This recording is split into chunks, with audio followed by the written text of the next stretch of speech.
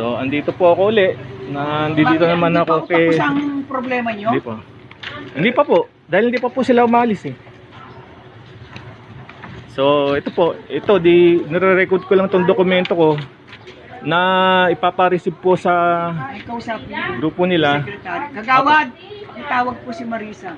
Ngayon, pakipatay mo nga yung ilaw dyan, no? Wala pa lang pong bombilyang isa. Kailangan malagyan. Altar? Basahin mo.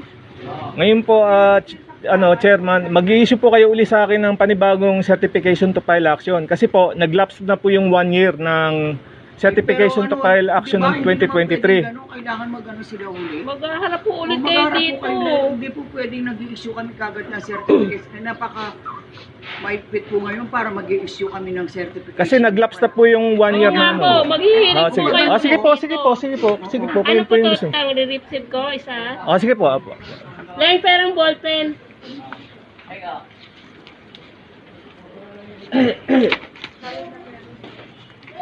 At saka pa sa isa pang certification to file action po na violation of Article 312, usurpation of real property rights. May prescriptive period naman po yun ng 10 years. Yung violation of Article 312 po. Bali, dalawang certification to file action po ang i-issue nyo sa akin. Isang unlawful Tsaka na lang ho detainer. tayo pag-usapan yung CFA pag nakapagtapos na ho kayo ng sige po. hearing.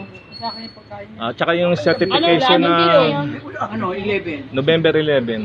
Manok yun, lalo na kayo. Tsaka yung certification na na-receive noong October 19, yung demand letter na requirement po sa unlawful detainer. Yung tatlong certification po. Salamat po. Pagpalain po kayo ng Diyos.